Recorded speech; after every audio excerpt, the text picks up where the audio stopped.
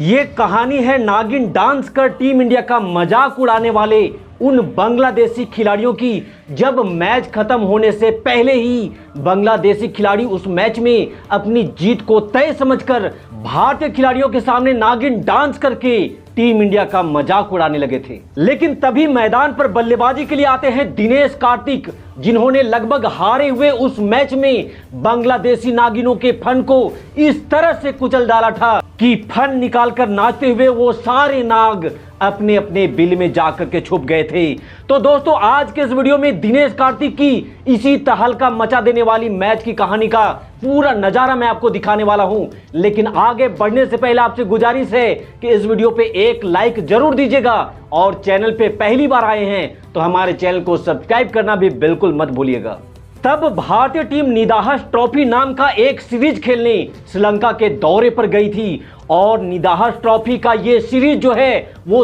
3 देशों के बीच में खेला जा रहा था, जो भारत, श्रीलंका और बांग्लादेश के बीच में था। इस सीरीज के शुरुआत वाले मैच से ही भारतीय टीम ने शानदार प्रदर्शन करते हुए फाइनल में अपनी जगह को पक्का कर लिया था। वहीं बांग्लादेश और श्रीलंका के बीच एक निर्णायक मुकाबला खेला जाता है, जिसमें यह फैसला होना था कौन सी टीम है वो भारतीय टीम के साथ भिड़ने वाली है। लेकिन शायद उस निर्णायक मुकाबले में श्रीलंका की बदकिस्मती कहिए कि वो श्रीलंका ने पहले बल्लेबाजी करते हुए 160 रनों का टारगेट बांग्लादेश के सामने रखा था। और शुरुआत में तो जब ये मैच चला तब एक समय ऐसा लग रहा था कि श्रीलंका इस मैच को आसानी से जीत लेगा, लेकिन धीरे धीरे जैसे जैसे ये मैच आगे बढ़ता है, इस मैच में बांग्लादेश ने अपनी पकड़ को मजबूत बनाना शुरू कर दिया था और अंततः आलम ये रहा कि बांग्लादेश इस मैच को आसानी से जीत लेती है और श्रीलंका टीम को उसके घर पे हार का सामना करना पड़ता है। लेकिन ये बस एक हार की बात होती दोस्तों तो कोई बात नहीं थी, लेकिन इस जीत के जश्न में चूर बांग्लादेशी खिलाड़ियों का घमंड पूरे श्रीलंका खिलाड़ियों के लिए एक मातम के जैसा दिखने लगा था, क्योंकि उस हार के बाद बांग्लादेशी खिलाड़ी अपना फन निकालकर पूरे मैदान में चक्कर लगाते हुए नागिन डांस कर श्रीलंकाई खिलाड़ियों का भी भरपूर मजाक उड़ा रहे थे। और दोस्तों, बात सिर्फ नागिन डांस की नहीं थी, बल्कि वो मैच समाप्त होने के बाद पूरी रात बांग्लादेशी खिलाड़ियों का जश्न चलता रहा। यहां तक कि बांग्लादेशी खिलाड़ियों ने जश्न मनाने के बाद उस ड्रेसिंग रूम को भी नहीं छोड़ा था और उसके दरवाजे और शीशे को भी तोड़ दिया था। अब निदाहस ट्रॉफी सीरीज का ये फाइनल मैच बांग्लादेश और भारत के बीच में होना था और भारतीय टीम के लिए सबसे बड़ी समस्या की बात यह थी कि भारतीय टीम के कप्तान महेंद्र सिंह धोनी इस सीरीज के पहले मैच में ही मांसपेशियों की खिंचाव के कारण बाहर हो गए थे। और जब ये खबर बांग्लादेश वालों को पता चला कि फाइनल के इस मैच में धोनी टीम इंडिया का हिस्सा नहीं है तो उनके खुशी का मानो ठिकाना नहीं रहा और एक बार फिर से वो बांग्लादेशी खिलाड़ी जिस तरह से श्रीलंका को जलील किए थे उसी तरह से उनका भी विचार था कि फाइनल के मैच में भारत को हराएंगे और वैसा ही नागिन डांस करके टीम इंडिया का भी मजाक उड़ाएंगे। फाइनल का ये मैच कोलंबो के आर प्रेमादासा स्टेडियम में खेला जा रहा था, जहां टॉस में सिक्का भारत के पक्ष में गिरता है और भारतीय कप्तान रोहित शर्मा ने टॉस जीतकर पहले गेंदबाजी करने का फैसला किया। विराट कोहली, महेंद्र सिंह धोनी, हार्दिक पांड्या, भुवनेश्वर कुमार और जसप्रीत बुमराह टीम इंडिया का हिस्सा नहीं थे और इनके बगैर ही टीम इंडिया को उन नागों से निपटना था। पहले बल्लेबाजी करने उतरी बांग्लादेश की टीम के टॉप ऑर्डर को तो भारतीय गेंदबाजों ने सस्ते में ही निपटा दिया था। चहल की शानदार गेंदबाजी के आगे महज 33 रनों पर बांग्लादेश के 3 विकेट गिर चुके थे, जिसमें तमीम इकबाल ने 15 रन, लिटन दास ने 11 रन और सौम्या सरकार 1 रन बनाकर पवेलियन वापस लौट चुका था। और फिर उसके बाद रहीम को भी 9 रनों के निजी स्कोर पर चहल ने पवेलियन का रास्ता दिखा दिया था। लेकिन फिर यहां से सबीर रहमान ने मैदान पर अपने पांव जमाते हुए ताबड़तोड़ बल्लेबाजी करना शुरू कर दिया था और उसने मात्र 50 गेंद पर 77 रन कूट डाले थे, जिसके दम पर बांग्लादेश ने निर्धारित 20 ओवर में 167 रनों का टारगेट टीम इंडिया के सामने रख दिया था, जिसमें विराट, धोनी और पांड्या की गैर मौजूदगी में ये काम भारतीय टीम के बल्लेबाजों के लिए काफी चुनौतीपूर्ण होने वाला था। फिर शुरू होता है टीम इंडिया की जवाबी कार्रवाई जहां लक्ष्य का पीछा करते हुए भारत ने 2 विकेट जल्दी गंवा दिए थे। शिखर धवन 10 रन और सुरेश रैना तो बिना खाता खोले ही पवेलियन वापस जा चुके थे। लेकिन फिर एक छोर से हिटमैन और दूसरे छोर से केएल राहुल ने भारतीय पारी को संभालने के साथ ही तेजी गति से रन भी बनाना शुरू कर दिया था। राहुल अच्छे रंग में थे। उन्होंने 14 गेंदों में 2 चौके और 1 छक्का लगाकर 24 रन बनाए थे। लेकिन फिर रुबेल हुसैन ने राहुल को आउट करके बांग्लादेश को तीसरी सफलता भी दिला डाली थी।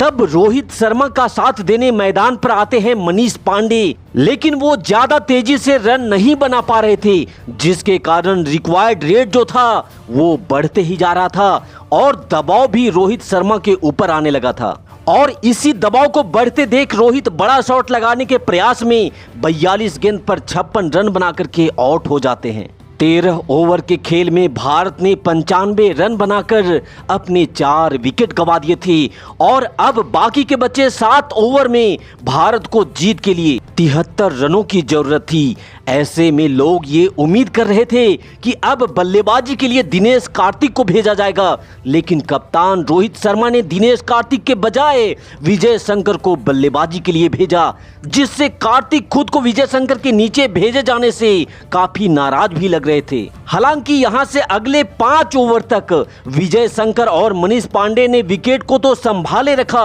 पर मनीष पांडे कुछ ज्यादा ही धीमी बल्लेबाजी कर रहे थे और 18वें ओवर की आखिरी गेंद पर 28 बॉल में मात्र 27 रन बनाकर वो आउट हो जाते हैं। ये मैच भारत के हाथ से लगभग निकल चुका था, क्योंकि अब आखिरी के बचे 2 ओवर में भारत को जीत के लिए 34 रनों की जरूरत थी, जो एक तरह से नामुमकिन सा लक्ष्य भी दिख रहा था। यही कारण था कि बांग्लादेशी खिलाड़ियों ने अभी से ही इस मैच में अपनी जीत को तय मानकर नागिन डांस करना भी शुरू कर दिया था। लेकिन तभी मैदान पर एंट्री होती है दिनेश कार्तिक की। जब कार्तिक मैदान पर बल्लेबाजी के लिए आए थे, तब भारत को 12 गेंद में 34 रनों की दरकार थी। साथ ही विजय शंकर भी फॉर्म में नहीं दिख रहे थे। वे बड़े शॉट लगाने का प्रयास तो कर रहे थे, पर बल्ले और गेंद का कनेक्शन सही से हो नहीं पा रहा था। इसी बीच शुरू होता है पारी का 19वां ओवर, जहां दिनेश कार्तिक ने रुबेल हुसैन को आड़े हाथों में लेकर पहली गेंद को हवा में उठाकर जोर से मारा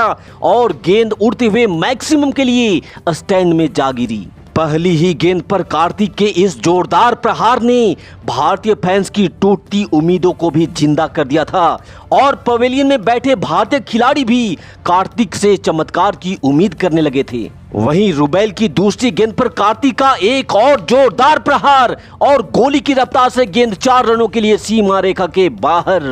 2 गेंदों में 10 रन ठोककर कार्तिक ने भारतीय समर्थकों के दिल में जोश की एक लहर पैदा कर दी थी और बांग्लादेशी नागों को भी ये पता लग चुका था कि उनके फन को कुचलने के लिए कार्तिक नाम का सपेरा टीम इंडिया की कमान संभाल चुका था। इसी बीच रुबेल की तीसरी गेंद को भी कार्तिक ने हवाई फायर करते हुए 6 रनों के लिए दर्शक दीर्घा में भेज दिया। कार्तिक की तूफानी बल्लेबाजी से आर प्रेमादास स्टेडियम झूम उठा था और मजे की बात तो ये थी कि पूरा का पूरा श्रीलंका भारत के सपोर्ट में था, क्योंकि जिस तरह से बांग्लादेशी खिलाड़ियों ने श्रीलंका को हराने के बाद भरे महफिल में नागिन डांस कर श्रीलंका वालों का मजाक उड़ाया था, वो सारे श्रीलंकाई फैंस बांग्लादेश से अपने नागिन डांस का अपमान का बदला लेने के लिए भारत के साथ कंधा से कंधा मिला करके उनके साथ खड़े थे। हालांकि रुबेल हुसैन की चौथी गेंद पर कार्तिक एक भी रन नहीं बना पाते हैं, लेकिन फिर 5वीं गेंद को कार्तिक ने डाउन द ग्राउंड खेलते हुए तेजी से भागकर 2 रन पूरे कर लिए थे। और फिर ओवर की आखिरी गेंद पर कार्तिक ने बेहतरीन शॉट लगाते हुए गेंद को गोली की रफ्तार से 4 रनों के लिए सीमा रेखा के बाहर का रास्ता दिखा दिया था। और इस चौके के साथ ही कार्तिक ने रुबेल हुसैन के इस ओवर में कुल 22 रन ठोक डाले थे, जिससे अब भारतीय टीम को आखिरी के बचे 6 बॉल पे जीत के लिए 12 रनों की दरकार थी। जहां बांग्लादेश की तरफ से आखिरी ओवर डालने वाला था सौम्या सरकार, जिसने प्रेशर में आकर विजय शंकर को पहली ही गेंद वाइड डाल दी। लेकिन अगली गेंद पर विजय शंकर फिर से जोर से बल्ला तो जरूर चाहते हैं, पर इस बार भी गेंद और बल्ले बल्ले में कोई संपर्क नहीं होता है, लेकिन दूसरी बॉल पे शंकर ने सिंगल लेकर स्ट्राइक दिनेश कार्तिक को दे दिया था। अब भारत को जीत के लिए 4 बॉल पे 10 रन की जरूरत थी, लेकिन ओवर की तीसरी गेंद पर भी मात्र एक सिंगल ही आ पाता है और अब स्ट्राइक पर थे विजय शंकर। जहां इस बार विजय शंकर ने चालाकी से खेलते हुए गेंद को गैप में मारा और गेंद 4 रनों के लिए सीमा रेखा के बाहर जा पहुंची, जिससे अब आखिरी के 2 गेंद पर भारत को जीत के लिए 5 रनों की जरूरत थी। और फिर ओवर की 5वीं गेंद पर विजय शंकर ने गेंद को हवा में उठाकर मारा। हालांकि कैच लेने के प्रयास में 2 खिलाड़ी आपस में टकरा भी गए, लेकिन अंततः मेहंदी हसन ने बेहतरीन कैच लेकर के विजय शंकर को पवेलियन वापस भेज दिया, जिससे इस बॉल पे रन तो कोई मिला नहीं, पर अच्छी बात यह थी कि अब आखिरी गेंद पर स्ट्राइक दिनेश कार्तिक के पास था। लेकिन आखिरी गेंद पर अब भारत को जीत के लिए 5 रनों की जरूरत थी। बांग्लादेशी सपोर्ट टीम मैदान से बाहर इंतजार में था कि ये गेंद खत्म हो और दौड़कर बीच मैदान में जाएं और अपना फन निकाल करके नागिन डांस का नजारा टीम इंडिया को दिखाएं। लेकिन ओवर की आखिरी गेंद पर दिनेश कार्तिक ने ऑफ साइड पर गेंद को उठाकर मारा और गेंद सीधा बाउंड्री के ऊपर से 6 रनों के लिए बाहर जा पहुंची और दिनेश कार्तिक ने आखिरी बॉल पे अविश्वसनीय छक्का लगा करके नागिनों के फन को उठने से पहले ही कुचल करके रख दिया था। फिर शुरू हो जाता है बांग्लादेश का रोना धोना और मातम का सिलसिला और टीम इंडिया का सेलिब्रेशन, क्योंकि दिनेश कार्तिक ने वो चमत्कार करके दिखा दिया था जिसे किसी ने परिकल्पना तक नहीं करी थी। और भारतीय टीम के इस जीत को श्रीलंका वालों ने भी खूब सेलिब्रेट किया और श्रीलंकाई फैंस ने भी भारत की जीत पर नागिन डांस करके बांग्लादेश से अपने अपमान का बदला भी पूरा कर लिया था। तो बांग्लादेशी नागों के फन को उठने से पहले ही कुचल देने वाली दिनेश कार्तिक की इस विस्फोटक पारी के नाम इस वीडियो पे एक लाइक जरूर दीजिएगा और क्रिकेट की ऐसी ही धमाकेदार कहानियों के लिए हमारे चैनल को भी सब्सक्राइब करना बिल्कुल मत भूलिएगा। इस वीडियो को अंत तक देखने के लिए आप सभी दोस्तों को बहुत बहुत धन्यवाद। जय हिंद, वंदे मातरम।